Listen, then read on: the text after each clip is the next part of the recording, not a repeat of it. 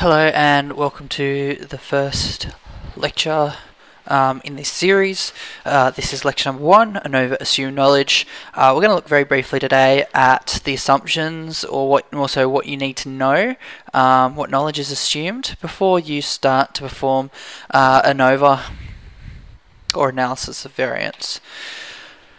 In general, you should know the basic idea behind a t-test, and we'll do a quick revision of that today. You also need to know the basics behind experimental design, so identifying independent and dependent variables, understanding causation and correlation, and those sort of topics. You also need to have in the back of your mind for further on the difference between a paired and an unpaired t-test. So we'll get right into it and look at the fundamentals behind a t-test, or the basics that underlie it. You are looking at two samples from a population. With the population, the mean and the standard deviation are unknown. This is quite a common situation because quite often we are taking samples from a bigger population where we'll never be able to measure the whole population. So this is quite a relevant test to everyday life and experiments and that sort of thing.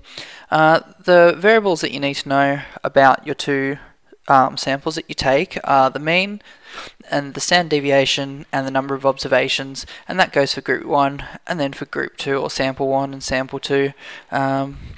Once you have your mean, your standard deviation and the number of observations in each sample, you calculate a t-statistic. The formula is given on the screen, and you also need to calculate as part of that t-statistic the standard error.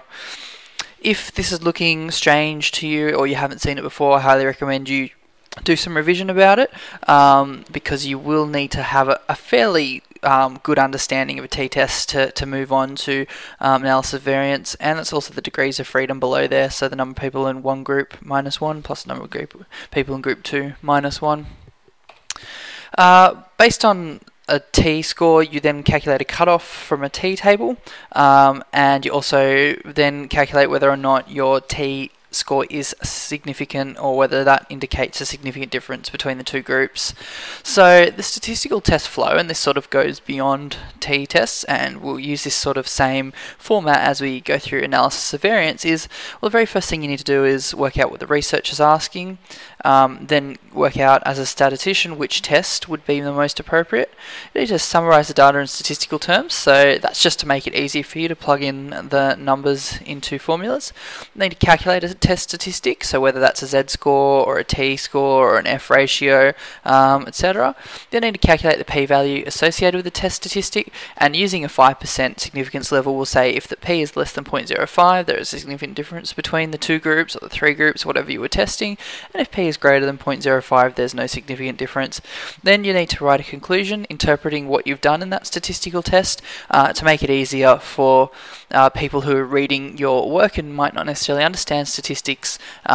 They can understand what happened, or in an exam situation, the examiner will understand that you knew what happened and what went on in that statistical test. So the conclusion is quite important. Let's go quickly through a example t-test just to brush up on what it looks like. So we've got two classes who've taken the same maths test. Mrs. Smith's class of 32 scored 60, Mrs. Brown's class of 18 scored 55. It looks like Mrs. Smith's class on the whole has done better. They're a larger group, although there's a slightly bigger spread. What we need to do is work out using a t-test whether there's an actual difference between the two groups. The reason we don't just stop here and say, well, yeah, there's a 5-point difference, therefore that's reportable and it's different, is we don't know whether that's a significant difference, and we'd classify a significant difference as something that's happened above and beyond just chance, something that's happened because there is actually a difference between the two classes. So we go back to that previous slide and we work out what all our different numbers are, so the mean of group 1, mean of group 2, etc. I highly recommend you do this before you do any statistical tests in an exam, or when you get a question, you pull out the numbers and you put them into the notation that you're comfortable with and that you know, so that when you have to go and perform the test later, it's there for you to use.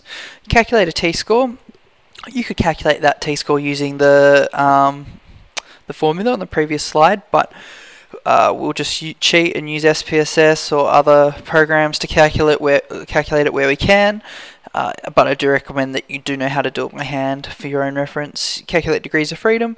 We find that that t-score has an associated p-value of 0.007. That's using a statistical formula, and we say that Mrs. Smith's class scored significantly higher than Mrs. Brown's scores because p was less than 0.05. Just ignore that. That is a typo. It should be in fact less than, like such, 0.05.